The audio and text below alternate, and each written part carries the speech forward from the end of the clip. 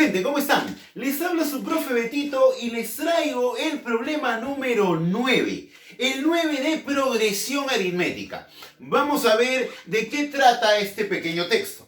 Dice, hay el número de términos de una progresión aritmética creciente. O sea, su razón tiene que ser positiva. La razón en una progresión geométrica creciente tiene que ser positiva. Y en una decreciente, la razón tiene que ser negativa para que vaya bajando. Voy restando, entonces va bajando. ¿Cierto? Ahora, si el número de términos entre el primer término, que es 6, un término cualquiera, que es 50, el número de términos entre A1 y AX, entre 6 y 50, es igual, dice, a que el número de términos entre ese mismo AX y el último término. ¿Te recuerda algo? Del primero a un término es la misma cantidad que de ese término al último. ¿Te acuerdas de alguien? Ese alguien es muy importante en una progresión geométrica. Se llama el término central. El término central es aquel que está a la misma distancia del primero que del último. ¿Ok? Lo hemos hablado en los videos de teoría. Si recién te estás enganchando, búscalos en mi lista de reproducción. ¿Ok? Entonces, en realidad, él es el término central y yo lo voy a evidenciar aquí.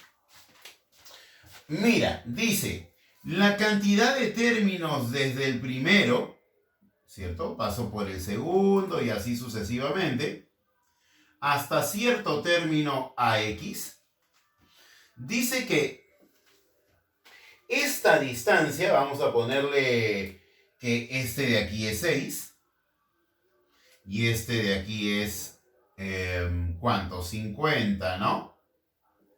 ¿Cierto? Dice que la distancia de aquí a acá, entre ellos, ¿no? ¿Ok? Dice que el número de términos entre este y este es el mismo que desde este término y el último término. O sea, de aquí para el último también hay la misma cantidad. O sea, quiere decir que de aquí hasta, este es el penúltimo y este es el último. ¿Cierto? ¿Qué me está diciendo? Que la cantidad de términos de aquí hasta acá es la misma. O sea, entre A1 y AX hay la misma cantidad. No sé, vamos a ponerle M términos. Ok. Y por acá también la misma cantidad, M términos. Ya está. Si tú lo pones así, esto es evidente. Evidentemente este número es el término central. La misma cantidad a su izquierda y la misma cantidad a su derecha. Beto, pero dice entre, no estás considerando el último. Ya pues, si aquí hay M términos, más 1 hay M más 1 términos. Si de aquí a acá hay M términos más el primero, hay M más 1 términos. O sea, tiene la misma cantidad de términos aquí y acá. ¿Eso qué me está diciendo? Eso me está diciendo que él es el término central. Porque hay la misma cantidad a su derecha que a su izquierda. Ok, él es el término central. Ya, ahora, con el término central hay algo muy bacán, ¿no? Que la suma del primero más el último sobre 2 siempre me debe dar el término central. ¿Cierto? ¿Ok? La suma del segundo más el penúltimo sobre 2 me debe dar el término central. También. La suma del tercero con el antepenúltimo sobre 2 me tiene que dar el término central. Pero aquí hay algo mucho más chévere. Mucho más chévere. Yo sé que 50 es el término central, ya lo reconocí. Hay la misma cantidad a la izquierda que a la derecha. Él tiene que ser el término central. Y te voy a decir algo importante con el término central y la suma. Porque me dicen además la suma de todos los términos es 2250.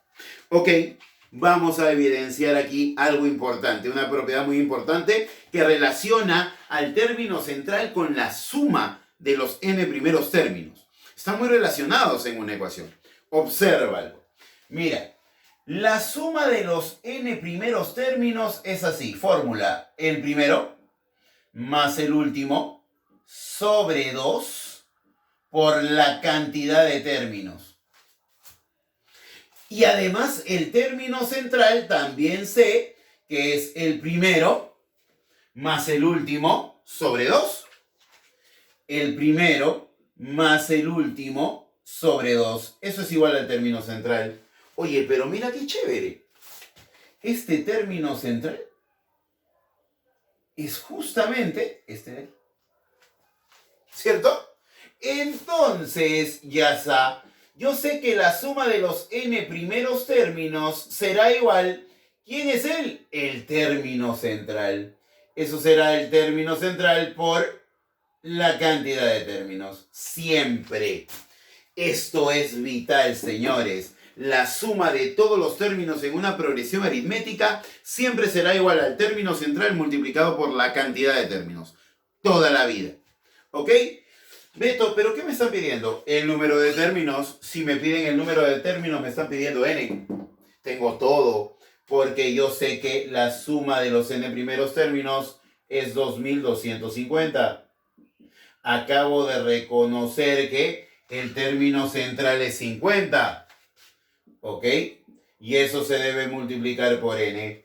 Beto, ¿y ahora qué hacemos? Matanza feroz. Muere por acá, muere por acá. 5 pasa a dividir y soy feliz. Entonces la cantidad de términos es 4 por 5, 20, sobra 2, 25 entre 5, 5. O sea, la cantidad de términos de este problema, la cantidad de términos aquí, son 50 términos. N vale 50, debo llegar hasta el término 50. Se acabó, hay 50 términos y eso es muy importante. Esta propiedad es vital. La suma de todos los términos siempre será igual al término central multiplicado por la cantidad de términos. ¿Cuántos términos hay? 45. Tiene que ser impar, ¿no? Para que haya un único término central, ¿cierto? Eso solamente ocurre si el número de términos es impar. Si el número de términos es par, hay 2 términos centrales. ¿De acuerdo? Pero como aquí hay uno, obviamente el término, la cantidad de términos debería haber salido impar y sí sale impar. Ha sido tu profe Betito ayudándote con progresiones aritméticas. Suscríbete a mi canal y dale click a la campanita. Bye bye.